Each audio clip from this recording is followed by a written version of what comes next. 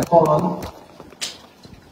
শুরুতে আল্লাহ রাসূল সাল্লাল্লাহু আলাইহি ওয়াসাল্লামের শানে মাহবুবিয়ত, এটা খুব গুরুত্বপূর্ণ একটা পয়েন্ট। যদি আপনারা একটু বোঝার চেষ্টা করতেন, এটা আমার নবী সাল্লাল্লাহু আলাইহি ওয়াসাল্লামের স্ট্যাটাস যেটা, সেটাকে আল্লাহ দুই ভাগে ভাগ করেছেন। একটাকে বলে শানে আবদিয়ত, মানে আমার নবী আমার আল্লাহর বান্দা, কোনো সন্দেহ নেই। আর একটা হচ্ছে শানে মাহবুবিয়ত, আমার নবী আমার আল্লাহর শুধু বান্দা না, বন্ধুও বটে। কেমন বন্ধু? স্রষ্টার সৃষ্টির মধ্যে আমার নবী হচ্ছেন আল্লাহর the best friend, the best friend. তা আমার নবীর এইটা দুইটা ডাইমেনশন, মাকামে আবদিয়ত, মাকামে মাহবুবিয়ত। মাকামে আবদিয়ত, আমার নবী যখন এই মাকাম থেকে, এই পজিশন থেকে কথা বলেন, তখন আমার নবী চেষ্টা করেন, এবং এটা যে কোনো ছাত্রের উপর ফরজ, শিক্ষকের সামনে নিজেকে অতীব ছোট করে উপস্থাপন করা। এটা বোঝার জন্য কলেজ বিশ্ববিদ্যালয়ে পড়তে হয় না, এটা হচ্ছে একটা common sense, everybody can understand. আপনি যতই শিক্ষকের সামনে নিজেকে ছোট করে উপস্থাপন করবেন, তাতে বোঝা যাবে যে আপনি ওয়েল ট্রেন্ড, আপনি ওয়েল ট্রেন্ড। তো আমার নবী যখন এই মকাম থেকে কথা বলেন, তখন আমার নবী নিজেকে খুব ছোট করে উপস্থাপন করেন। কোরআন শরীফের মধ্যে কিছু আয়াত এসেছে, আমি কিছুই জানি না, যদি আমি গায়েব সম্পর্কে জানতাম তাহলে তো আমি অনেক ভালো কাজ করতাম, আমার ভালো কাজে নাম্বার বেড়ে যেত। আপনি এগুলা নিয়ে টানাটানি করতে পারবেন? এটা দিয়ে আপনি আমাদের রাসূলের স্ট্যাটাস যেটা ডিসাইড করতে পারবেন না। এটা তো মাকামে আবদিয়ত। আরেকটা আছে মাকামে মাহবুবিয়ত। মাকামে আবদিয়তের মধ্যে আমার নবীকে যখন আল্লাহ রাব্বুল আলামিন ইরশাদ করেন, ঠিক আছে, এটা করেন, এটা করবেন না, ইস্তেগফার করেন, মাকামে আবদিয়ত।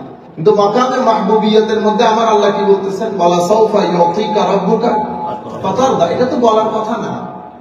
আল্লাহ তো আল্লাহ, বেমিসাল, মানে ডোন্ট কেয়ার ভাব, আই ডোন্ট কেয়ার এনিবডি। হ্যাঁ, আমার আল্লাহ ফাআলু লিমা ইউরিদ, যা মন চাই করেন। আমার আল্লাহর আবার কাউকে জিজ্ঞেস করতে হয়?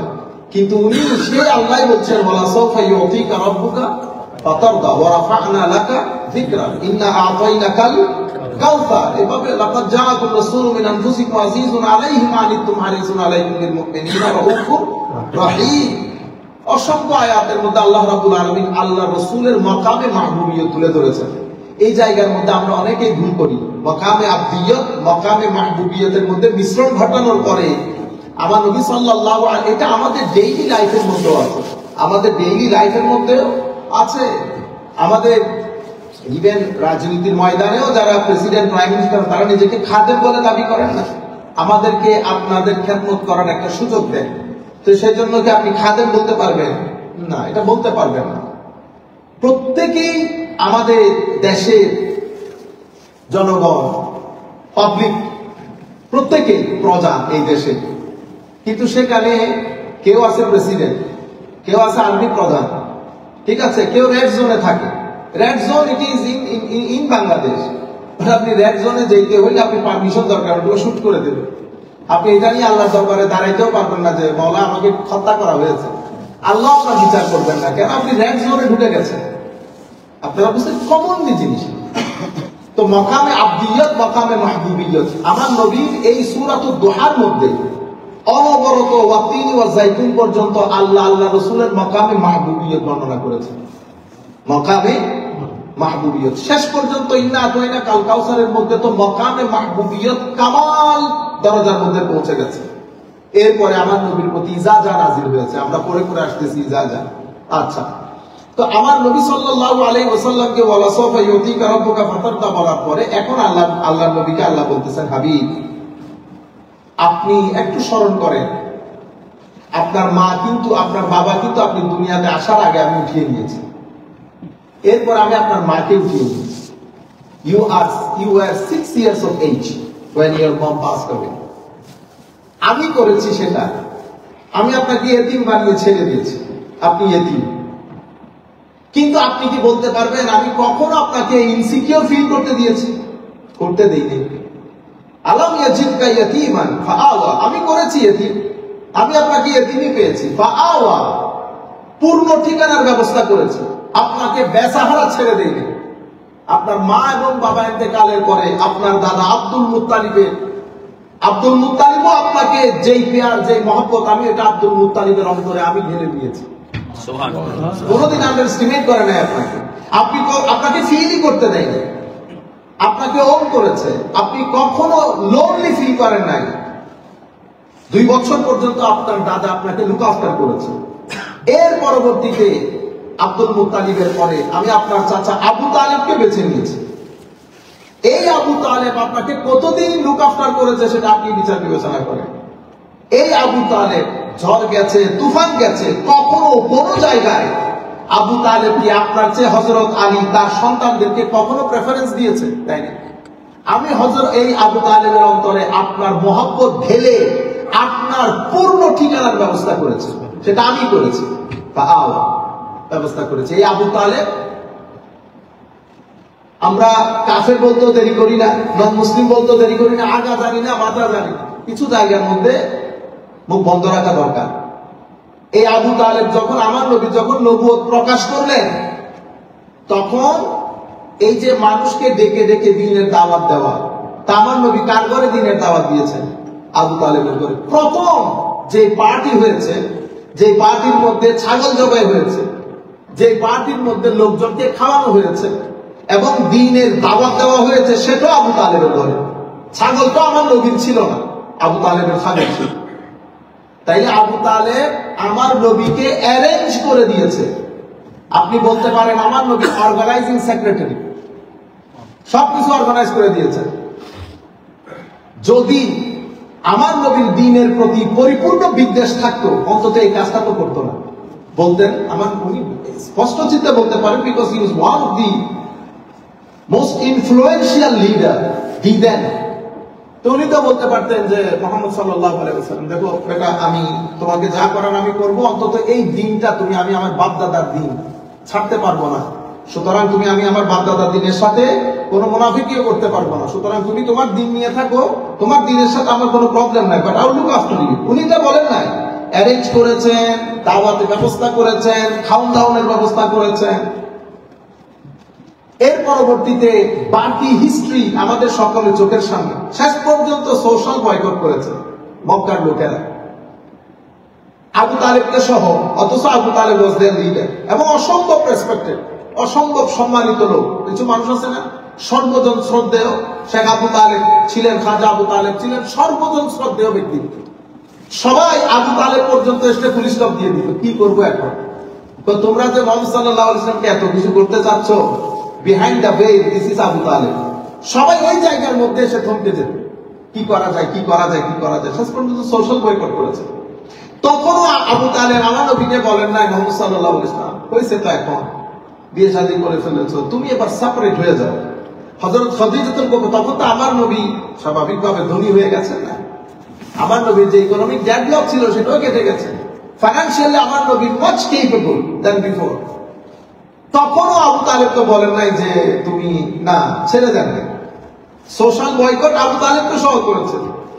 এবং তখন শেখ হযরত খাজা আবু তালেব আমার নবীর স্পেশাল সিকিউরিটি গার্ডের ব্যবস্থা করেছেন, যিনি সারা রাত আমার নবীকে বডিগার্ড হিসেবে, এটা আমার নবীর বডিগার্ড এই আয়াত নাজিল হওয়া পর্যন্ত ছিল, যে আয়াতের মধ্যে আল্লাহ বলেছেন আল্লাহু ইয়াসিমুকা মিনান নাস, আজকের পর থেকে আল্লাহ আপনার হেফাজতের জিম্মাদারি নিয়েছেন, সুতরাং you don't need any bodyguard. ওই তারিখ থেকে বডিগার্ড, আমার নবী বডিগার্ড বিদ্রোহ করেছেন। তার আগ পর্যন্ত আমার নবীর বডিগার্ড ছিল এবং হযরত খাজা আবু তালেব আমার নবীকে সারা রাত বডিগার্ডের ব্যবস্থা করেছেন এবং নিজের দৃষ্টি রাখতেন আমার মুহাম্মদের উপর কোনো অসুবিধা হয়নি সাল্লাল্লাহু আলাইহি ওয়াসাল্লাম। এর পরবর্তীতে দেওয়ানে আবি তালেব, দিওয়ানে আবি তালেব মানে আবু তালেবের কবিতা গুচ্ছ, এটা আমি সৌদি আরব থেকে কিনেছি, আমার কাছে আছে। এই আবু তালেবের কবিতা গুচ্ছ যদি আপনি পড়েন, প্রত্যেকটা জায়গায় উনি আমার নবীকে মুহাম্মদুর রাসূলুল্লাহ বলে সম্বোধন করেছেন।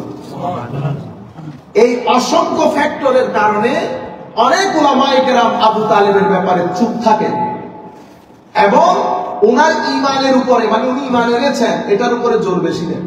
যদিও এজমা হচ্ছে উনি ঈমান আনেন নাই, আমরা চুপ থাকি দেখছে।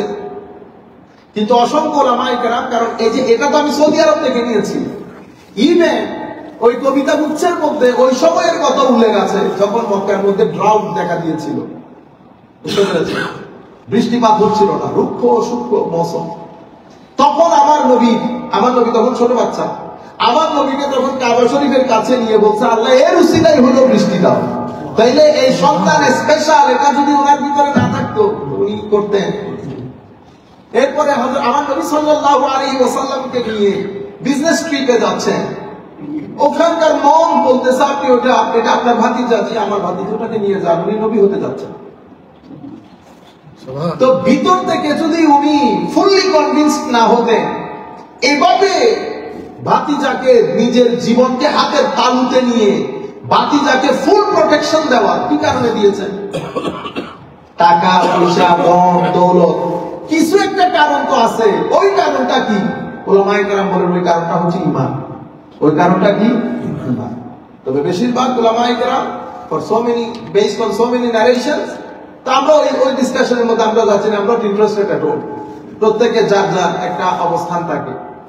আচ্ছা, তাইলে আমার নবীকে তখন আল্লাহ বলছেন, আলাম ইয়াজিদিকা ইয়াতীমান হাবিব, এই ইয়াতীমিয়তের মধ্যে আমি বলেন তো দেখি কোন জায়গায় আপনাকে ছেড়ে দিয়েছে? প্রত্যেক জায়গায় আপনার আশ্রয়ের ব্যবস্থা করেছে। আলাম ইয়াজিদিকা ইয়াতীমান ফাআওয়া, এরপরে ওয়াজাদাকা দাল্লান ফাহাদা। এই ওয়াজাদাকা দাল্লান ফাহাদা হচ্ছে আমাদের, আপনি যে কোনো তাফসীর কেউ যদি বলে আমরা কোরআনের ট্রান্সলেশন করেছি, প্রথমে খুলে কোরআনের এই আয়াতটা দেখবেন, এই আয়াতের অর্থ উনি কি করেছে। যদি দেখেন আয়াতের অর্থ করেছে, আমি কি আপনাকে পথভ্রষ্ট পেয়ে অতঃপর পথ প্রদর্শন করি নাই, তাহলে বলবেন এই আয়াতকে সামনে রেখে আপনি দুইটা মাইন্ডসেটকে এক্সামিন করতে পারবেন। একটা হচ্ছে খারিজি মাইন্ডসেট। খারিজি মাইন্ডসেটের মধ্যে নামাজ পড়ার কোনো কমতি থাকে না, এটা আমার নবীর হাদিস।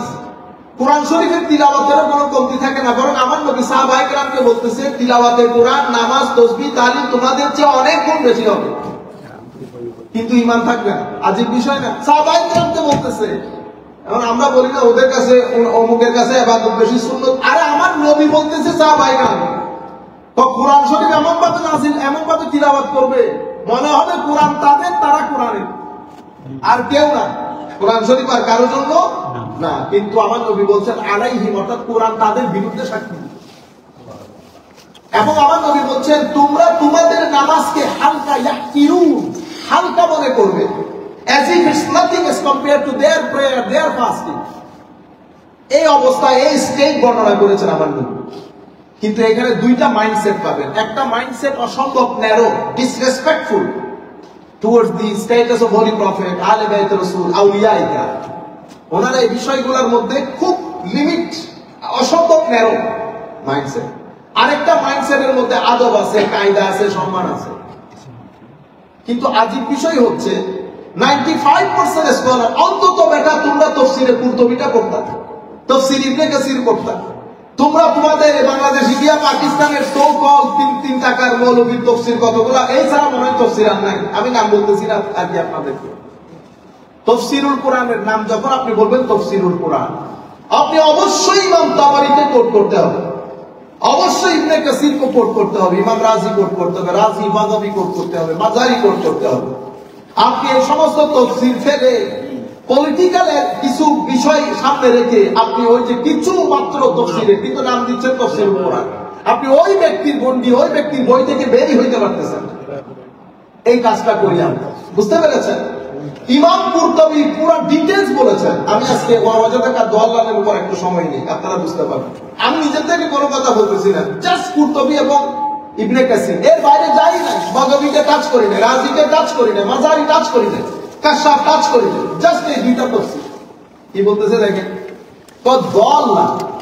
এখন আপনি যদি বলেন পথভ্রষ্ট, তো নবী তো পথভ্রষ্ট হইতে পারে না, কারণ আমার নবীকে আল্লাহ নবী বলতেছেন তখন যখন আলমে রূহ জগতের মধ্যে আমার নবী সহ আল্লাহ একটা মিটিং কল করেছে, সেই জায়গার মধ্যে বলা হচ্ছে ওয়াইজ আখাযাল্লাহু মিসাকান নাবিয়্যিন, আমি নবীদের কাছ থেকে ওয়াদা নিয়েছি।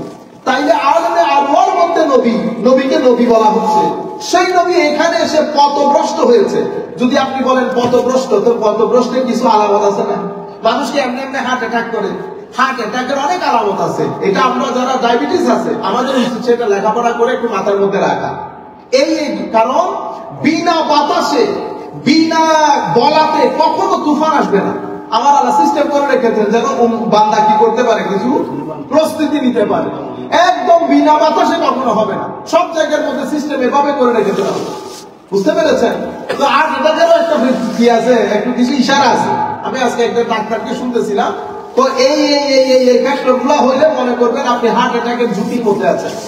সব জায়গার মধ্যে একটা বিষয় থাকে। তা আপনি যখন বলবেন পথভ্রষ্ট, আপনি আমাকে বলতে হবে না আমার নবীর পথভ্রষ্টতা জায়গাগুলো কোনটা। আমার নবীর 40 বছর তো মদ খেয়েছেন না, সড়কখানা দিয়েছেন না, কোন মহিলা সংসার বলে ইয়াজুবিল্লাহ না, চরিত্রের মধ্যে কোন স্পট না, কোনদিন কোন মূর্তির পূজা করেছেন না। আচ্ছা আপনি বলতে থাকেন, আপনি বলেন, বলতে বলতে আমাকে একটা জায়গা তো বলেন যে এই জায়গার মধ্যে উনি পথভ্রষ্ট ছিলেন। পথভ্রষ্ট মানে যার পথের কোনো দিশা নাই, পাগল হয়ে গেছে। ইন্না লিল্লাহি ওয়া ইন্না ইলাইহি রাজিউন। তাহলে আমরা কি করব? আমরা কোরআন শরীফের মধ্যে দলাল শব্দটা কোন কোন জায়গায় কোন কোন অর্থে ব্যবহৃত হয়েছে সেটা পিক আপ করব, এবং আমরা আরবি ডিকশনারির মধ্যে দেখব দলাল শব্দটি আল্লাহ দলাল শব্দটি আরবি ভাষার মধ্যে কোন কোন অর্থে ব্যবহৃত হয়। সেই অর্থ থেকে যে অর্থটা আমার নবীর সাথে যাবে সেই অর্থ আমি কি করব? আমার নবীর সাথে ব্যবহার করব। যদি আপনি এমন শব্দ পিক আপ করেন যেটা কোরআন হাদিসের অন্যান্য বিষয়ের সাথে আমার নবীর শানের সাথে নবুয়তের স্ট্যাটাসের সাথে কন্ট্রাডিক্টরি হবে, we have to abandon, we have to leave it. এটা একটা কমনলি আন্ডারস্টুড জিনিস। আচ্ছা, তো উলামায়ে কেরাম বলতেছেন দল শব্দটি যখন আমরা আমি এমনিতে প্লেনলি আপনাদেরকে বলে ফেলি, একটা দলাল শব্দটি পবিত্র কোরআন শরীফের মধ্যে কখনো ব্যবহার হয়েছে গাফলত করতে। গাফলত মানে গাফেল, গাফেল মানে হিটলেস, গাফেল মানে অমনোযোগী হওয়া। For so many reason.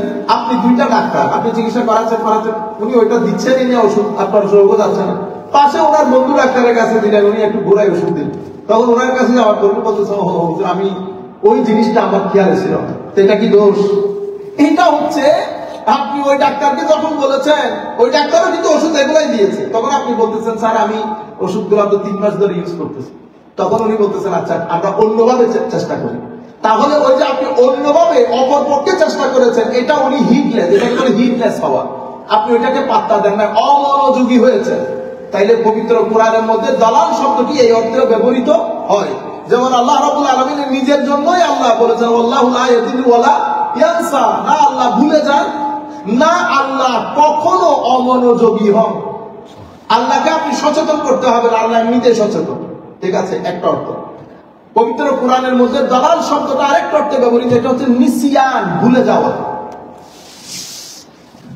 ভুলে যাওয়ার অর্থে দালাল শব্দ ব্যবহৃত হয়। 2 3 নাম্বার, পবিত্র কোরআনের মধ্যে দালাল শব্দটা ব্যবহৃত হয় গুম হয়ে যাওয়ার অর্থে। 4 মৃত্যুবরণ করার অর্থে। 5 কোন কিছুর মহব্বতে, কোন কিছুর প্রেমে, অতিরিক্ত প্রেমে জড়িত হয়ে যাওয়ার অর্থ। দেখছেন অবস্থা? আবার আরব পরিভাষার মধ্যে এটা হচ্ছে মুতাকাল্লিমিন যারা কালাম শাস্ত্রবিদ, ওনারা বলে আরবরা পরিভাষাগতভাবে দাল্লা শব্দটা ব্যবহার করত আরবের মরুভূমির মধ্যে এক জায়গার মধ্যে জটলা পাকানো অনেক গাছ, ঠিক তার দূরে একটা গাছ এভাবে দাঁড়িয়ে, ওইটা জটলা পাকানো না। এই জটলা পাকানো গাছ থেকে দূরে একটা গাছ, এটার আশেপাশে আর কোনো গাছ নাই, ওইটা মানুষকে নেভিগেট করতো। মানুষ ওই গাছ দেখে নিজেদের ডেস্টিনেশন কি করতে পারতো, ঠিক করতে পারতো। ওই একা গাছটাকে আরবরা তাদের পরিভাষায় দাল্লা বলতো। আপনারা বুঝতে পেরেছেন? আচ্ছা, আরেক অর্থ হচ্ছে, এটা আরবদের পরিভাষা, ওয়াজাদাকা দাল্লান, অর্থ হচ্ছে হাবিব আপনি না আমি আপনাকে আপনার জাতি এমন জাতির কাছে পাঠিয়েছি যারা পথভ্রষ্ট, যাদের কাছে কোনো আসমানি কিতাব নেই। আপাতত এতটুকু পর্যন্ত ক্ষমতা দেয়, কারণ আরো আয়াত আছে। তাইলে আপনারা এমন মুখস্থ হয়ে গেল না? আর আরবির মধ্যে কোরআন শরীফের মধ্যে এই শব্দটা কত জায়গায় ব্যবহৃত হয়েছে? অমনোযোগী অর্থে, ভুলে যাওয়া অর্থে, গুম হওয়া অর্থে, মৃত্যুবরণ অর্থে, কারো প্রেমে, অতিরিক্ত প্রেমে, আসক্ত হয়ে যাওয়া অর্থে এই শব্দটি ব্যবহৃত হয়েছে। আরেকটা জায়গা হচ্ছে ওই যে আরবের পরিভাষা, জটলা পাকানো গাছ আর একটা একা গাছ, বুঝতে পেরেছেন? এখন আসুন আমরা রেলেভেন্স দিয়ে হযরত ইমাম কুরতুবী বলছেন কওলুহু তাআলা ওয়া ওয়াজাদাকা দাল্লান ফাহাদা আই গাফিলান আম্মা ইউরাদু বিকা মিন আমরিন নুবুওয়া ফাহাদাকা আই আরশাদাকা ওয়া দালালু হুনা বিমানাল গাফলা। এটা ইমাম কুরতুবীর কথা, আমার কথা না। আন্তর্জাতিক মুফাসসিরে কোরআন তাফসীর করতেছেন, আপনি তো তাফসীর আমাদের চেয়ে ভালো জানার কথা। আপনার এই ইবনে কাসির এই তাফসীরে কুরতুবী এগুলো নজরে আসে নাই? আপনি শুধু উর্দু তাফসীর থেকে তাফসীর করলে হবে?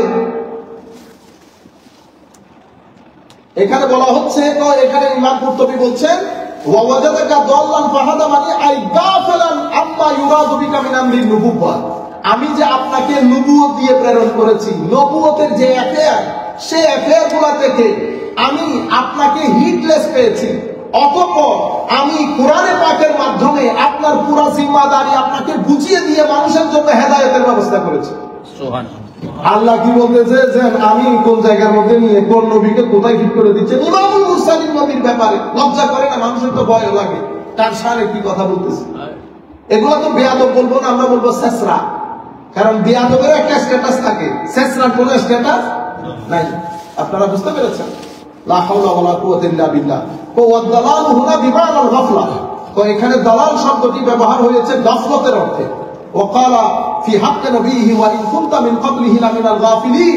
হাবিব, কুরআন নাযিল হওয়ার পূর্বে আপনি জানতেনও না কুরআন শরীয়তের বিষয়, বুঝতে পেরেছেন? এরপরে আল্লাহ কুরআন শরীফের মধ্যে নিজের ব্যাপারে বলছেন ইলমুহা ইনদা রাব্বি ফি কিতাবিল্লাহ ইয়াদিল্লু রাব্বি ওয়া লা ইয়ানসা। এই বিষয়ের জ্ঞান আপনার রবের কাছে, আপনার রব এই বিষয়ে অমনোযোগীও নন, ভুলেও যান নাই।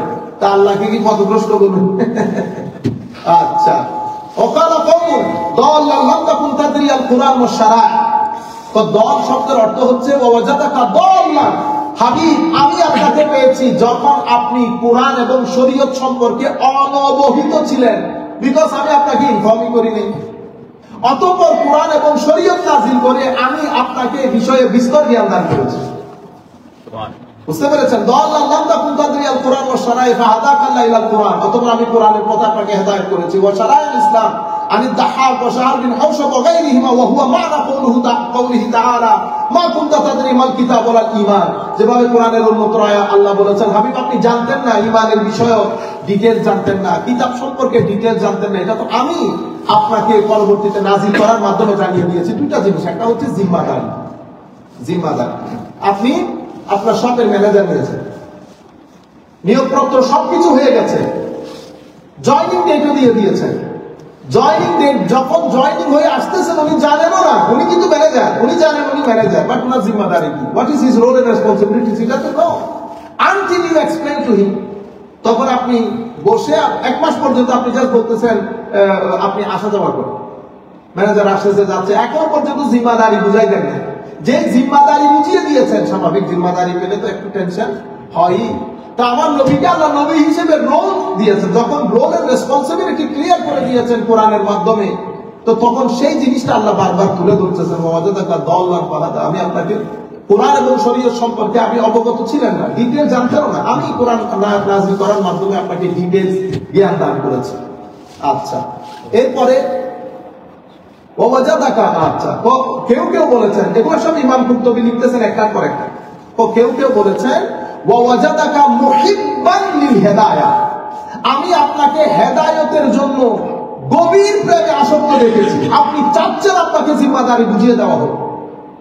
ফাহাদা, অতঃপর কোরআন নাযিল করে আমি আপনার মহব্বতপূর্ণ সেই অন্তরকে সুকুন এবং স্থিরতা দান করেছি।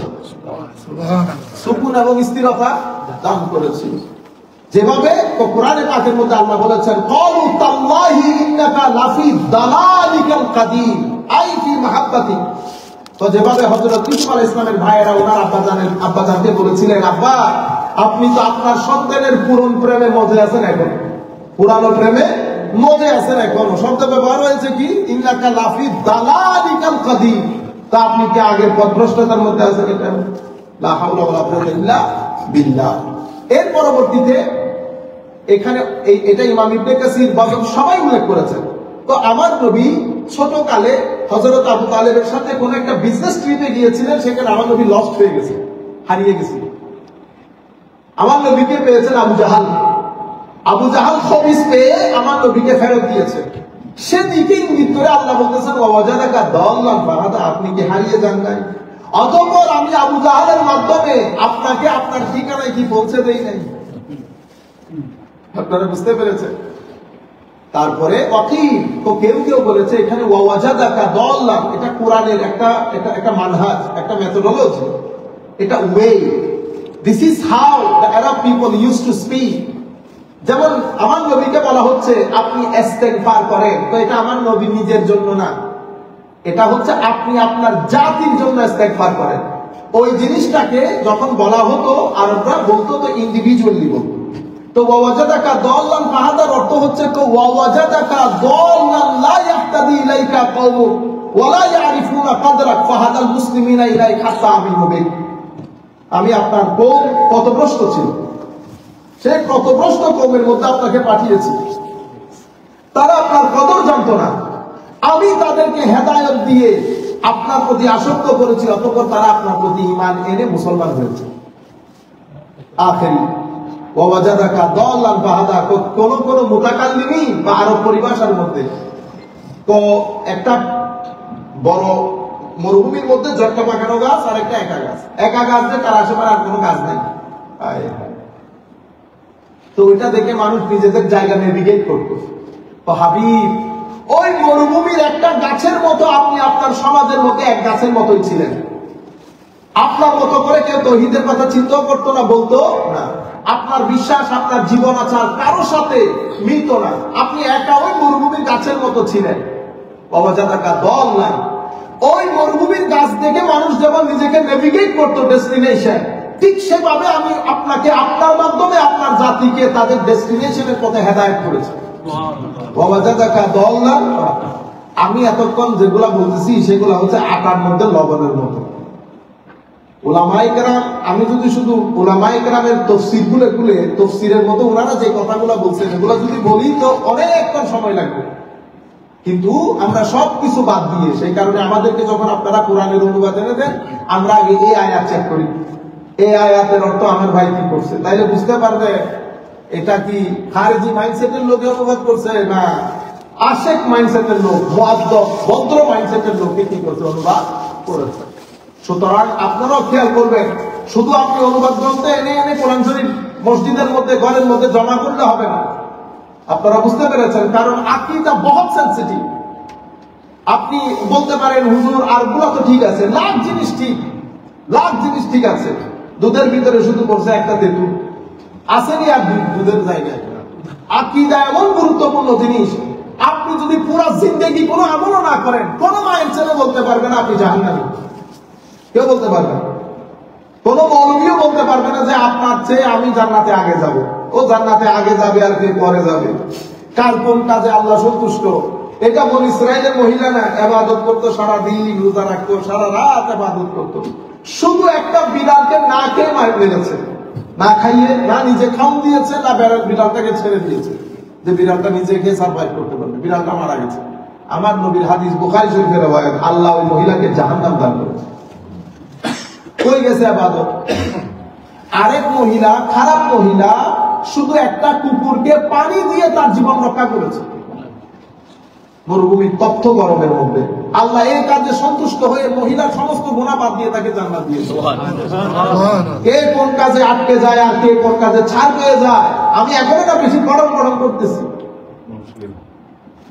পরবর্তী আল্লাহর কোন জিনিস পছন্দ হয়, হ্যাঁ, এই কারণে হাদিসে পাকের মধ্যে আমার নবী নিষেধ করেছেন, খবরদার পাগলা ছাগলা রাস্তার মধ্যে দেখলে গিয়ে করিও না, সালা পরে আছে কি পরে আছে তোমার দরকার না, ইগনোর করো।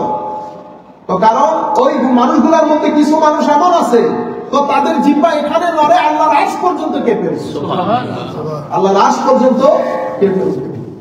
আমাদেরকে আমাদের শেখ বর্ণনা দিচ্ছিলেন, স্বামী স্ত্রী, নতুন স্বামী স্ত্রী রাস্তার পাশে বসে আলাপ করতেছে, হ্যাঁ, তো রাস্তা দিয়ে এক ফকির পাগলা যাইতেছে, যেভাবে আমাদের দেশে হয়। তো পাগলা ওই যে বৃষ্টির মৌসুম ছিল, টপ টপ টপ টপ করে হাঁটতেছে, স্ত্রীর গায়ে বোধহয় ময়লা টয়লা পড়তেছে, জামা উঠে দিচ্ছে, তারপর পাগলা মানুষ দেখো নাই, পাগলা তো পাগলা ওই চলে যাচ্ছে, কোনো কিছু বলেও নাই। 2 মিনিটের মধ্যে জামাই অন দ্য স্পট লোক একেবারে জলজন্ত মানুষ রাস্তার উপর পড়ে মারা গেছে। বউ তো বুঝতে পেরেছে ঘটনা খারাপ, বউ দিছে হুজুর হুজুর, এখন তো হুজুর হুজুর হয়ে গেছে, ঠিক না? হুজুর কি করলেন কি করলেন, উনি কি বলেছেন জানেন? তো বেটা আপনার গায়ে সামান্য ময়লা করার কারণে আপনাকে যে মহব্বত করে তার বরদাস্ত হয় নাই। পৃথিবীর মধ্যে একজন আছে যিনি আমাকে মহব্বত করে, আমার গালের থাপ্পড় তার কেমনে বরদাস্ত করে? এই জন্য বারবার আমি যে জিনিসগুলো আপনাদেরকে বলি, কাউকে ধাক্কা দিয়েন না, কারো মুখে থাপ্পড় দিয়েন না, কারো গায়ে টাচ করিয়েন না, কোনো চেষ্টা করবেন কারো মনে কষ্ট না দেওয়ার জন্য শব্দ বাজে, এই জিনিসগুলো বৃথা যায় না, এগুলা খুব কষ্টের মধ্যে পড়ে যাবে। আমি কিছু মানুষকে জটিল মৃত্যুবরণ করতে দেখেছি, মনে হয় যেন মানে ভিতর থেকে জান যাচ্ছেই না। আমি কিছু মানুষকে এমন দেখেছি নাকে মুখে ফেনা রক্ত এসে গেছে, জান বের হচ্ছে না। জবান চালাইতে বড় সাবধান, রয়ে গেল গুনাহ, গুনাহ আমরা না করে ফেরেশতা আসবে না গুনাহ করে। আমার নবী বলতেছেন তোমরা যদি গুনাহ না করতে, আমার আল্লাহ আরেকটা গুনাহগার কওম সৃষ্টি করত, যারা গুনাহ করে আল্লাহর দরবারে তওবা করত। আমার আল্লাহ আসামির কাঠগড়ায় দাঁড়িয়ে বান্দা যখন অনুনয় বিনয় করে, আল্লাহ ফেরেশতাদেরকে দেখায়, বলে দেখ দেখছেনি আমারে, দেখেন দেখ কি করে। এটা আমার আল্লাহর বহুত মহব্বত লাগে, বহুত মহব্বত লাগে। সেই কারণে আউলিয়ায়ে কেরাম, আম্বিয়ায়ে কেরাম সবসময় নিজেদেরকে আসামি সাজিয়ে আল্লাহর দরবারে কাঁদে। তা আমার ভাইয়েরা এখন ওগুলা নিয়ে টানাটানি করে, কেউ দেখছেন গুনাহ না থাকলে কি কাঁদছে? এজন্য ইমাম কুশাইরি রহমতুল্লাহি আলাইহি, ইমাম কুশাইরি হচ্ছেন দাতাগঞ্জ বখশালী হুজবেরি উস্তাদ। দাতাগঞ্জ বখশালী হুজবেরি, এটা হুজুর গৌসুল আজম আব্দুল কাদের জিলানী, খাজা মাইনুদ্দিন চিশতি, ওনাদের থেকে প্রায় 250 বছর আগের বই। ওনারও শেখ হযরত ইমাম কুশাইরি। তাসাউফের যে 6-7টা কিতাবকে ফাউন্ডেশন অফ তাসাউফ বলা হয়, তার মধ্যে একটা কিতাব রিসালা কুশাইরিয়া, এটা ইমাম কুশাইরি লেখা। ইমাম কুশাইরি বলছেন প্রত্যেক ওলি, প্রত্যেক মঞ্জিল তাই করে, এই যে অতিক্রম করে, অতিক্রম করার দরজা খোলার চাবিকাঠি হচ্ছে তওবা। প্রত্যেকে নিজেকে আসামি কাঠগড়ায় দাঁড় করিয়ে বলে, আল্লাহ আমার চেয়ে বড় গুনাহগার আর কেউ। আপনারা বুঝতে পেরেছেন? ওয়াজাদাকা দাল্লান ফাহাদা। আর অসুবিধা আছে ওয়াজাদাকা দাল্লান ফাহাদা। আচ্ছা, এরপর আমার আল্লাহ বলছেন আলাম ইয়াজিদিকা ইয়াতীমান ফাআওয়া ওয়া ওয়াজাদাকা দাল্লান ফাহাদা ওয়া ওয়াজাদাকা আইলান ফাআগনা। হাবিব, ইকোনমিক কত ডেভেলপ গেছে আমি দেখি না, আমার চোখের সামনে। আমি আপনাকে খাদিজাতুল কুবরা রাদিয়াল্লাহু তাআলা আনহার মাধ্যমে, she was a business lady, you know, আমি আপনাকে খাদিজাতুল কুবরা রাদিয়াল্লাহু তাআলা আনহার মাধ্যমে আপনার যে ইকোনমিক ডেভেলপ সেটা রিমুভ করেছি, আপনাকে ধনী বানিয়ে দিয়েছি খাদিজাতুল কুবরার মাধ্যমে, খাদিজাতুল কুবরার মাধ্যমে রাদিয়াল্লাহু তাআলা আনহা। আমার নবী অর্থনৈতিক যে দুরবস্থা, সেই দুরবস্থা দূর হয়েছে এবং সমস্ত টাকা খরচ হয়েছে দ্বীনের তাবলীগের পেছনে। আমাদের ধর্মের ফাউন্ডেশন রচনায় যার টাকা বেশি খরচ হয়েছে, তার মধ্যে হযরত খাদিজাতুল কুবরা, হযরত আবু বকর সিদ্দিক এবং উসমান গনি, হযরত উসমান গনি রাদিয়াল্লাহু তাআলা আনহু অন্যতম। এই তিনজনের টাকা দ্বীনের, হযরত আবু বকর সিদ্দিক 40,000 দিরহাম ওনার বিজনেস ইনভেস্টমেন্ট ছিল, আজকের যুগে হিসাব করলে 100 কোটি টাকার উপরে হবে। হযরত খাদিজাতুল কুবরা রাদিয়াল্লাহু তাআলা আনহা, এগেইন ওনারও 35 থেকে 40,000 দিরহাম ওনার ইনভেস্টমেন্ট ছিল ব্যবসার মধ্যে। নট ম্যাটার অফ জোক, যখন মানুষের হাতে 1 দিরহাম নাই তখন, এবং ইন্টারন্যাশনাল বিজনেস করতো, এক্সপোর্ট ইম্পোর্টের বিজনেস, লোকাল বিজনেস করতেছেন না, ইন্টারন্যাশনাল বিজনেস করতো। আমি আপনাদেরকে চলতে চলতে এটাও বলি, অনেকে আমার ভাইয়েরা বলে এই আমার লোক এটা বলেন না, মানে যদি এলম শিখতে হয় চীন দেশে যাইতে হয় তো চীন দেশে যাও। অনেকে বলেন এটা বলে, আসলে দরকার না, খুশ করে আপনার কথা একটা বলে দেন। হাদিস, হাদিসের দলিল হচ্ছে, হাদিসের দলিল আপনাকে পিটাইছেন, হাদিসের দলিল বলে কারে? হাদিসের দলিল যিনি বলেন উনি জানেন না হাদিসের দলিল বলে কেন। আমি আপনাদেরকে গত পর্বের আগের পর্বে বলেছিলাম কত চুলচেরা বিশ্লেষণ হয় কি তৎকালীন যুগে। এই একটা কয়েকটা ইন্টারন্যাশনাল ফেয়ার হতো, তোর মধ্যে একটা ইন্টারন্যাশনাল ফেয়ার মরক্কোর আশেপাশে হতো, সেখানে আমার নবীও যেতেন। হযরত আমার নবী খাজা আবু তালেবকে নিয়ে খাদিজাতুল কুবরার জন্য মাল সম্পদ নিয়েও 1-2 বার গেছেন। সেখানে চাইনিজদের হাতের কাজ তখন থেকে বিখ্যাত ছিল, এটা একটা মার্কেট ডিমান্ড ছিল। চাইনিজরা তখন থেকে মানে টেকনোলজিক্যাল ওয়েবসাইট গুলাতে হাতের কাজে অনেক অনেক অ্যাডভান্স ছিল এবং চাইনিজ গুডস এর অনেক ডিমান্ড ছিল। আমার নবী সেখান থেকে জানতেন চাইনিজদের কাজ করবে বিষয়, সেই কারণে এই কথাটা লিখেছেন না, এটার বক্তব্য দিয়েছেন গত 2006 হুজুর ইন্তেকাল করেছেন। আনফরচুনেট আমি ওনার হুজুরের সাথে আমার সাক্ষাৎ হয় নাই। ডক্টর হামিদুল্লাহ, মৃত্যুর আগ পর্যন্ত পৃথিবীতে ওনার চেয়ে বেশি ভাষা জানার লোক ছিল। 12টা ভাষা জানতেন। আমাদের মতো লোকমার্কা ভাষা জানানি না। যতগুলো ভাষা জানতেন ততগুলো ভাষা ইন্টারন্যাশনাল জার্নালে ওনার কি ছিল, আর্টিকেল ছিল ইন্টারন্যাশনাল জার্নালে। এবং ওনার ট্রান্সলেশন ফ্রেঞ্চ ভাষায় কোরআনে পাকের প্রথম ট্রান্সলেশন উনি করেন। ওইটাই বেস্ট সেলার বুক, ওইটাই the best seller book. Originally উনি পাকিস্তানের, কিন্তু নিজের পুরা জীবন ফ্রান্সে কাটিয়ে দিয়েছেন। ছোট্ট একটা রুমের মধ্যে থাকতেন, আশেপাশে সব বই। ইন্টারন্যাশনাল যারা স্কলার হিসেবে পৃথিবীকে দাপটের সাথে প্রভুত্ব করছিলেন সবার ইমাম ছিল সোশ্যাল সায়েন্সে, এবং অসাধারণ একজন ব্যক্তিত্ব। এবং আমার জীবনে যে কয়েকটা বই জ্ঞানের ক্ষেত্রে আমাকে অসামান্য সহযোগিতা করেছেন, তার মধ্যে হুজুরের 12টা স্পিচ ছিল ভাওয়ালপুর বিশ্ববিদ্যালয়ের তৎকালীন প্রেসিডেন্ট আইয়ুব খান সাহেবের বিশেষ অনুরোধে। আইয়ুব খান সাহেব অনেক অনুরোধ করেছেন ওনাকে পাকিস্তানে ব্যাক করার জন্য, উনি করেন নাই। তো ভাওয়ালপুর বিশ্ববিদ্যালয়ের ভাইস চ্যান্সেলর সবাই মিলে হুজুরকে ধারাবাহিকভাবে প্রস্তাব করেছেন, হুজুর আমাদেরকে এসে অন্তত কিছু বলে যান। তখন উনি পিএইচডি স্টুডেন্ট, প্রফেসর, রিসার্চার সবার জন্য 12টা বক্তব্য দিয়েছিলেন। 12 দিনের স্পিচ। এই 12 দিনের স্পিচ এলমি একাডেমিক দুনিয়ার মধ্যে আপনি গুড়াউন বলা হয়, নলেজের গুড়াউন। এবং এই কিতাবটা, এই 12টা স্পিচ বাংলা ইংরেজি অনেক ভাষায় ট্রান্সলেটেড হয়েছে। উর্দু ভাষাটা আমার কাছে আছে, যেহেতু উনি উর্দুতে কথা বলেছেন। এই বইয়ের নাম হচ্ছে খুতাবাতে ভাওয়ালপুর, মানে ভাওয়ালপুর বিশ্ববিদ্যালয়ে দেওয়া 12টা বক্তব্য। সে 12 বক্তব্যের এক বক্তব্যের মধ্যে উনি এই কথাটা মেনশন করেছেন যে কেন আমার নবী বলেছেন এরম শিখতে হলে যদি চীন দেশে যাইতে হয় তবে চীন দেশে যাও। তো ওনাকে জিজ্ঞেস করেছেন, হুজুর চীন দেশের কথা কেন বললো? হায় হায়, মানুষের এরমের গভীরতা দেখে আমরা যেটা স্বপ্নের মধ্যেও কল্পনা করি না। চীন দেশের কথা বলেছেন, আমার নবী বিজনেস ট্রিপে যাইতেন যে আগে, সেখানে চীনের লোকজনও যাইতো। তো তারা শুরু থেকে হস্তশিল্পের মধ্যে তারা বহুত অ্যাডভান্স ছিল। আমার নবী অনেক ইমপ্রেস ছিলেন তাদের এই টেকনোলজিক্যাল কাজে। সেই কারণে আমার নবী বলেছেন যদি চীন দেশে যাইতে হয় এটা চীন দেশে যাইতে হবে। এখন ঠিক আছে, আপনারা বুঝতে পেরেছেন? আমি আপনাকে আপনার টাকা পয়সার যেই দুর্দশা ছিল সেটা কি করেছি, সেটা দূর করেছি। আমার নবী সাল্লাল্লাহু আলাইহি ওয়াসাল্লাম হাদিসে পাকের মধ্যে একটা দারুণ জিনিসের সাথ করেছে। আসল ধনী হওয়া, এটা টাকা পয়সার ধনী আসল ধনী না। তো আসল ধনীকে, যার অন্তর ধনী সেই হলো আসল ধনী। সেই কারণে আমরা বাংলা ভাষায় 2টা শব্দ ব্যবহার করি, একটা হচ্ছে বিত্তবান, একটা হচ্ছে চিত্তবান। তো বিত্ত যার আছে তাকে বলা হয় বিত্তশালী।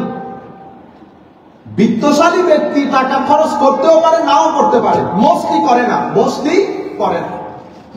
আমার এই ছোট্ট অভিজ্ঞতায় পৃথিবীর অনেক দেশে যাওয়া হয়েছে, অনেক মসজিদের সাথে সম্পৃক্ত। আমি কোন জায়গার মধ্যে হয়তো 5% ও লেস দেন 5% মসজিদ ভালো কাজের টাকা পয়সা মেইনলি আপনাদের পকেট থেকে আসে, কোন বিত্তবানের পকেট থেকে, সেটা আমি কোনো হ্যাকমত খুঁজে পাই না। আমি আমার জীবনে খুব কম সংখ্যক মানুষ দেখেছি যারা অনেক বিত্তবান। আমাদের মসজিদ, যখন ইংল্যান্ডে মসজিদ করতেছি, এক ভদ্রলোক অনেক অনেক অনেক অনেক বিত্তবান। আমি আল্লাহ না করুন টুস করে ওখানে চলে গেলেও ঝামেলা। মানে আপনারা এতটুকু খেয়াল করেন, ওই যে কফি শপের দোকান আছে না, বড় নাম করা, হ্যাঁ, এই ভদ্রলোকের কাছে 35টা আছে ইংল্যান্ডে। নাম ধরিয়ে না, নাম ধরলে ঝামেলা, ওরা আমাদের প্রতীক নাম দেখে আবার ট্রান্সফার করে দেবে, বুঝছে? এইভাবে আপনার পিজার আছে 5টা, আর বাকিগুলো বললাম না। কিন্তু উনি মানি ব্যাগ এমনি বের করে, চেক বের করে মনে হলো $50,000 লিখতেছে, লেখেন 500। তো আমিও দিলাম 500 টাকা, আপনিও দিলেন 500 টাকা, ওই লোক নিজে। আমি মেইনলি দেখেছি যাদের কিছু অনেক বিত্ত, তারা এই ভালো কাজগুলোতে টাকা খরচ করে না। মেইনলি টাকাগুলো আসে হয় মিডিয়াম অথবা বিলো মিডিয়াম, ঠিক লক্ষ লক্ষ টাকা। কেন? আমি একটা সেমিনারের মধ্যে ছিলাম, বাংলাদেশের একজন প্রখ্যাত সাংবাদিক এই কথাটা বলেছেন। এটা না বললে ওনার উপর জুলুম হবে, আমি এটা ওনার কাছ থেকে শিখেছি। উনি বলতেছেন, হুজুর বিত্তবান হওয়া আর চিত্তবান হওয়া এক জিনিস না। বিত্ত যার কাছে টাকা আছে সেই বিত্তশালী। চিত্তশালী হওয়ার জন্য আল্লাহর তৌফিকের দরকার হয়। আল্লাহ যাকে তৌফিক দেয় সেই ব্যক্তি নিজের বিত্ত থেকে খরচ করে চিত্তের খাতায় নাম লেখে। এই জন্য বিত্তবান হওয়া আর চিত্তবান হওয়ার মধ্যে অনেক ফারাক আছে, অনেক ফারাক আছে। তো আমার নবী উনি এই হাদিস শরীফ থেকে বলতেছেন, আমার নবী বুখারী মুসলিম শরীফের হাদিসের মধ্যে বলেছেন, লাইসাল গিনা আন কাসরাতিল আরব, অনেক টাকা পয়সা কাউকে চিত্তশালী বা বিত্তশালী বানায় না। তো বিত্তশালী বা চিত্তশালীকে ওয়ালাকিনাল গিনা গিনান নাফস, যার ভিতর ধনী সে হলো আসল ধনী, সে হলো আসল ধনী। অন্যভাবে রাসূল করিম সাল্লাল্লাহু আলাইহি ওয়াসাল্লাম বলেছেন, قد أفلح من أسلم ورزق كفافا وقنعه الله بما آتى। এটা অসম্ভব গুরুত্বপূর্ণ জিনিস বর্তমান সময়, যা আমার কাছে আছে তা নিয়ে সন্তুষ্ট থাকে।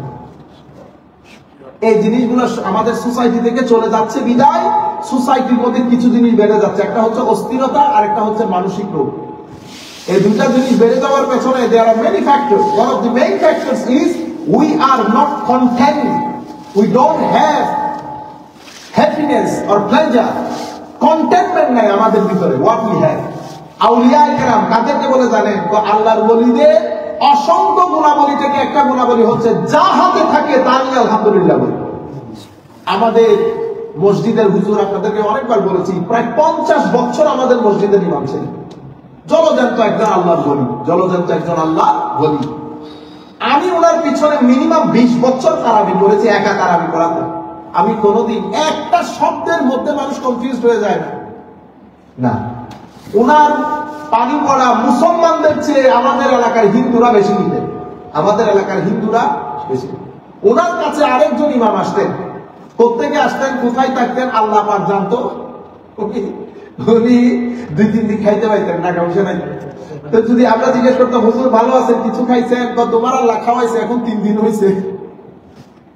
কিছু খাবে? তোমার আল্লাহ খাওয়াইতে চাইলে খাবো, মানে আল্লাহ খাওয়াইছে বলে 3 দিন হয়েছে। কিন্তু কোন ধরনের দুঃখ, দুর্দশা, বেদনা এই মানুষটার মধ্যে দেখলাম। ফুর মধ্যে এত দাম, কোন কিছু করতে পারতো না।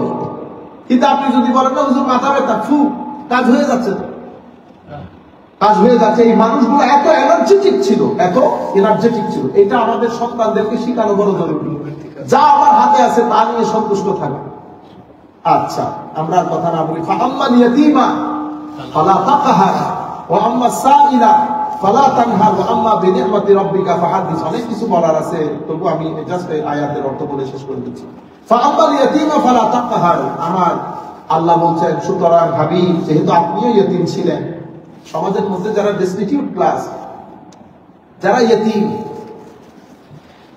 তাদের উপর যেন কোনো জুলুম না হয়। যেমন আমার নবীকে বলতেছেন আল্লাহ, ফাআম্মাল ইয়াতীমা ফালা তাকহার, আপনি কোন ইয়তীমের উপর, ইয়তীমকে গলা ধাক্কা দিয়েন না, জোরে কথা বলিয়েন না, বকাঝকা করিয়েন না, জুলুম করিয়েন না। আমার নবী কি করার লোক? আমার নবীকে বলতেছেন, আমি আপনাকে অসম্ভব উত্তম চরিত্র দিয়ে সৃষ্টি করেছি। তো যিনি আল্লাহর উত্তম চরিত্র দিয়ে সৃষ্টি দুনিয়াতে এসেছেন, উনি কি বকাঝকা করার জন্য এসেছেন না? আমার আল্লাহ আপনার সাথে কথা বলবেন না, আমার আল্লাহ আমার নবীর মাধ্যমে আপনার সাথে কথা বলবেন। আম্মা সাইলা ফালা তানহার ওয়া আম্মাল ইয়াতীমা ফালা তাকহার, মানে উম্মতকে বলে দিয়েন, আপনার উম্মতকে, তারা যেন ইয়াতীমের সাথে কথা বলার সময় বড় সাবধানে বলে। একটা হাদিস বলে এই জায়গার মধ্যে, একটা হাদিস খুব জরুরি। আমার নবী সাল্লাল্লাহু আলাইহি ওয়াসাল্লাম ইরশাদ করতেছেন,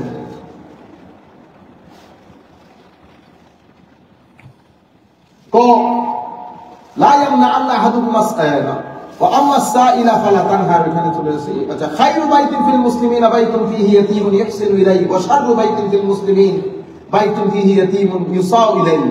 আমার নবী সাল্লাল্লাহু আলাইহি ওয়াসাল্লাম ইরশাদ করেছেন, মুসলমানদের মধ্যে উত্তম ঘর ওইটা যে ঘরের মধ্যে কোনো ইয়তীম আছে, সেই ইয়তীমের সাথে ভালো ব্যবহার করা হয়। আর সবচেয়ে বাজে ঘর, the worst house among the Muslim societies, যে ঘরের মধ্যে they have an orphan, একটা ইয়তীম আছে, কিন্তু ইয়তীমের সাথে তারা বড় খারাপ ব্যবহার করে।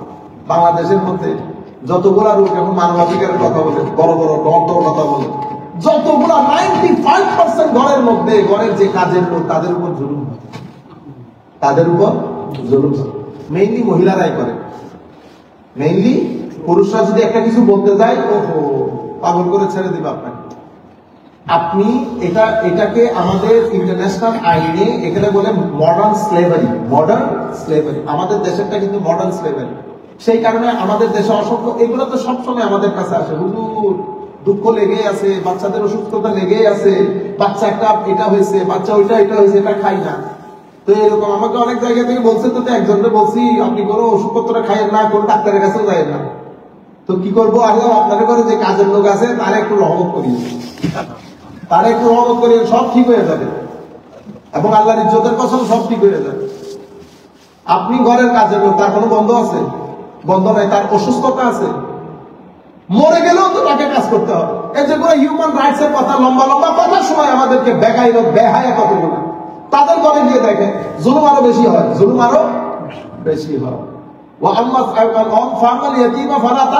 তারাও তো এক ধরনের বেসাহারা লোক, আপনার কাছে সাহারার জন্য এসেছে, আপনি এটা সাহারা দিলেন, তাদেরকে পাগল করে ছেড়ে দিচ্ছে। মডার্ন ছেলেমেন জিন্দেগি। আমি এই জন্য বলছি, কোন কাজে কে আটকে যায় কেউ জানে না। সেই ব্যক্তি সফল যে ব্যক্তি দুনিয়া থেকে যাওয়ার পরে তার ঘরের কাজের লোক থেকে শুরু করে, ড্রাইভার থেকে শুরু করে অযন্তায় কান্নাকাটি করবে, সেই ব্যক্তি সফল। তার গুনাহ মাফের জন্য আপনাকে আমাকে দোয়া করতে হবে না, তাদের চোখের পানিগুলো তার গুনাহ মাফ করে দেবে। বুঝতে পেরেছেন? তো 13,000 টাকা আমার ড্রাইভারের ভাড়া, তো 13,000 টাকার বেশি আর দেওয়া যায় না। আপনি এর টাকা দিচ্ছেন, ওর টাকা দিচ্ছেন, এক ব্যক্তি আমরা একসাথে এসেছি, তো বলতেছি আমি দিয়ে দিই, তো ওখান থেকে ভাড়া 20 টাকা। তো ড্রাইভার ও বলতেছে আপনি বাড়াই দেন, আমার যে রেগে গেছে, এত বড় বড় দাঁড়িয়ে রেগে গেছে। তো আমি তো কিছু বলতেছি না, আমি একটু সরে গেছি, আমি শুধু পরে বলতেছি, ওর ড্রাইভারকে ইশারা করে বলছি, দেখে আমি আমার মতো করে তাকে আর 20 টাকা দিয়েছি। তো আমি তারে বলতেছি, ভাই আপনি না, আমরা মিষ্টির দোকান থেকে যখন বের হইলাম, একজনে ভিক্ষা করতেছে, তারা আপনি 10 টাকা দেন নাই, ও দিছি তো হুজুর, তো এর 10 টাকা বাড়াই দিলে অসুবিধা কি? আপনি ওখানে বড় রহমতশীল হয়ে গেলেন। আর যে ব্যক্তি আপনারা মাথার গাম পায়ে, এটা রিক্সা, এটা মানুষ বানানোর জিনিস, কোনদিন চালাই দেখছেন? রিক্সার উপর আমি বসে দেখছি, রিক্সার উপর, বুঝতে পারছেন? এত কষ্ট করে আপনার নিয়ে এসেছে, বেশি চাইলে কেন? আল্লাহ দুনিয়ার মধ্যে সেও মানুষ, আপনিও মানুষ, মানুষ মারা করে সে চাইছে, সে তার ব্যাপারে তো আপনাকে জিজ্ঞেস করা হবে না। কিন্তু আমি অনেক সময় রিক্সায় চলে আমার ভয় করে, আল্লাহ নিয়ে আবার জিজ্ঞেস করে, তুমি বুড়া মানুষের রিক্সায় কেমন? তা আমরা ঢাকা শহরের মধ্যে কি করি, কোনো বুড়া মানুষ যখন রিক্সা চালায়, তারে 50 টাকা দিয়ে আরেকজন রিক্সায় দিই, তার রিক্সাতে উঠি না, তারে ভাড়াটা দিয়ে ফেলি, 50 টাকা 100 টাকা দিয়ে ফেলি। আপনারা বুঝতে পারতেছেন? আমি এই সব কিছু আপনাদেরকে বলতেছি। ফাআম্মাল ইয়াতীমা ফালা তাকহার। আরেক আয়াতের, আরেক হাদিসে পাকের মধ্যে আমার নবী ইরশাদ করতেছেন, দেখেন, মান দাম্মা ইয়াতীমান ফাকানা ফি নাফকাতিহি ওয়া কাফাহু মাহুরাতুহু কানা লাহু হিজাবান মিনান নার ইয়াউমাল কিয়ামাহ ওয়া মান মাসআ বিরাসি ইয়াতীমিন কানা লাহু বিকুল্লি শাআরাতিন হাসানাহ। আপনি শুধু ইয়াতীমের মাথার উপর হাত রেখেছেন, আমার নবী বলতেছেন প্রত্যেক চুলের কারণে এক একটা চুল আপনার হাসানাতের মধ্যে লেখা হবে। তার কাছে কয় হাজার চুল আছে, যত হাজার চুল তত হাজার হাসানাত লেখা হবে। ইয়েতিম কাঁদতেছে, আমার আল্লাহ ফেরেশতা পাঠিয়ে দিয়েছে। কেন? হাদিসে পাক, অসংখ্য হাদিস। কেন? ইয়েতিমের কান্নার কারণে আমার আল্লাহর আরশ কেঁপে উঠে, আমার আল্লাহর আরশ কেঁপে উঠে। আল্লাহ রাব্বুল আলামিন এই জন্য বলেছেন, আমি এবং যারা ইয়েতিমকে পালে তারা কিয়ামতের ময়দানে এভাবে একসাথে থাকবে। কাফিরুল ইয়াতীম আনা একা হাতাই, এভাবে থাকবে। ওয়া আম্মা সাইলা ফালা তানহার। কেউ কোনো ব্যক্তি ভিক্ষা করতে আসলে তাকে কি করিও না, তাকে ফেরত দিও না। এক হাদিসের মধ্যে আমার নবী বলতেছেন, লা ইয়ামনা আহাদুকুম সাইল। তোমরা কোন সাইলকে, বেগার্স যারা আছে, ভিক্ষুক, তাদেরকে তোমরা না দিয়ে ফেরত দিও। তাদের হাতে কি আছে এটা ডাজন্ট ম্যাটার, যে চাইতেছে তাকে দিয়ে দাও। হযরত ইব্রাহিম ইবনে আদহাম বলেছেন, তো ভিক্ষুকরা হচ্ছে আমাদের কাছে পোস্টাল মতো, চিঠির অফিস। কেন? তো তাদের হাতে যেটা দিবা কিয়ামতের ময়দানে সেটা আমরা ওখানে পোস্টাল অফিসের মতো কি রিসিভ করব, পেয়ে যাব। তো তারা আমাদের জন্য বারিদ মানি সিটির অফিস, তো তাদের হাতে জিনিসপত্র দিয়ে দিবে। ও আম্মা বিনিআমাতি রাব্বিকা ফাহাদ্দিস। আল্লাহ রাব্বুল আলামিন যে নিয়ামতগুলো দিয়েছেন আপনাকে, সেই নিয়ামতগুলো পাবলিকলি শুকরিয়া আদায় করা। এক তাবেঈ, উনি মানুষকে দেখলে বলতেন, গত রাতে আল্লাহ রাব্বুল আলামিন আমাকে তাহাজ্জুদ পড়ার সুযোগ দিয়েছেন, নফল নামাজ পড়ার সুযোগ দিয়েছে। তার একজন বলতেছে, আপনার জন্য এগুলা বলা সমীচীন হচ্ছে না, এগুলা বলা ঠিক না। তো আবার আল্লাহ বলতেছে নিয়ামতের বই প্রকাশ করতে, তুমি কি আমার নিয়ামতের কথা না বলতে পারো? আরে এটা আল্লাহ তৌফিক দিয়েছেন, এটাই করতে পেরেছে, এটা আল্লাহর পক্ষ থেকে আমার উপর বহু বড় নিয়ামত। আমি আল্লাহ নিয়ামতের কথাগুলো মানুষকে বলতে বলেছেন, সেই কারণে বলতেছি। আপনারা বুঝতে পেরেছেন? আমি আর কথা না বাড়াই এখানে শুধু একটা হাদিস বলে শেষ করে দেই। হযরত নোমান ইবনে বাশীর বলছেন, ক্বালা নবী সাল্লাল্লাহু আলাইহি ওয়াসাল্লাম, মান লাম ইয়াশকুরুল কালিল, মান লাম ইয়াশকুরিল কালিল লাম ইয়াশকুরিল কাসীর, ওয়া মান লাম ইয়াশকুরিন নাস লাম ইয়াশকুরিল্লাহ। ওয়া তাহাদ্দুস বিন নিআম শুকরুন ওয়া তারকুহু কুফরুন ওয়াল জামাআতু রাহমা ওয়াল ফুরকাতু আযাব। আমার নবী সাল্লাল্লাহু আলাইহি ওয়াসাল্লাম ইরশাদ করেছেন, যে ব্যক্তি ছোট জিনিসের শুকরিয়া আদায় করে না, সে বড় জিনিসের শুকরিয়া আদায় করতে পারবে না। যে ব্যক্তি মানুষের শুকরিয়া আদায় করে না, সেই ব্যক্তি আল্লাহর শুকরিয়া আদায় করতে পারবে না। ওয়া তাহাদ্দুস বিন নিআমের শুকর, আল্লাহ রাব্বুল আলামিন যে নিয়ামত দান করেছেন সেই নিয়ামতের ব্যাপারে মানুষকে জানানো, এটাও শুকরিয়া, এটাও শুকরিয়া। সেটা না করা কুফর, সেটা না করা কুফর। জামাতের সাথে মিলেমিশে এক হয়ে থাকা রহমত, ভাগ ভাগ ভাগ ভাগ হয়ে যাওয়া এটা আযাব, ভাগ ভাগ হয়ে যাওয়া আযাব। এক ব্যক্তি আমার নবীর কাছে এসেছেন, কাপড় বড় জীর্ণ শীর্ণ কাপড়, আমার নবী জিজ্ঞেস করতেছেন টাকা পয়সা আছে? হুজুর আছে। তো থাকলে তোমার কাপড় চোপড় ভালো নাই কেন? কেন? আল্লাহ পছন্দ করে, আল্লাহ যখন কাউকে নিয়ামত দেন সেই নিয়ামত যেন সেই আন্দাজে সে চলাফেরা করে, তাকে দেখলে যেন নিয়ামতের আসরগুলা বোঝা যায় যে আল্লাহ তাকে নিয়ামত দান করেছেন। হ্যাঁ, এখানে কিছু আল্লাহর কিছু খাস লোক আছে, তাদের সাথে খাস বিষয়, ওনারা কি করেন, নিজেদের জিনিসগুলাকে হাইড করতে চান। আমরা ওই এক্সেপশনের বিষয়গুলো বলতেছি, আমরা জেনারেলি বলতেছি যে আল্লাহ যখন কাউকে কোনো নিয়ামত দান করেন সেই নিয়ামত গুলো বলতেছে আপারুল নেয়ামা, নিয়ামতের বিষয়গুলো যেন মানুষ দেখতে পায়, এটা একটা শুকরিয়া, এটা একটা শুকরিয়া। এখন আমরা দেখাইতে চাই না, এবার দেখাইলে মসজিদে চাঁদা খুঁজি, সুতরাং না দেখানোই বেটার। আমাদের দেশে তো বনে সম্পত্তি খাইয়া হজম করে ফেলতেছে, গাড়ি কিনে না। তো আমি একটানে বলতেছি, এই বেকুবের কাজ কি? এই যে প্রত্যেকদিন গাড়ি ভাড়া দেয়, গাড়ি ভাড়া করে ট্যাক্সি একটা হায়ার করে, কার হায়ার করে আমি হিসাব করে দেখছি ডেলি প্রায় 4-5 হাজার টাকা করে ট্যাক্সি আলাদা দেয়। আমি আমার ড্রাইভারকে বলতেছি ঘটনা কি, গাড়ি কিনে না কেন? তো হুজুর গাড়ি কিনে তো বল না, বুঝা যাবে যে টাকা বুঝে আছে। কত জাতের লোক আল্লাহ দুনিয়াতে। আল্লাহ রাব্বুল আলামিন আমাদের হামিদ আছে।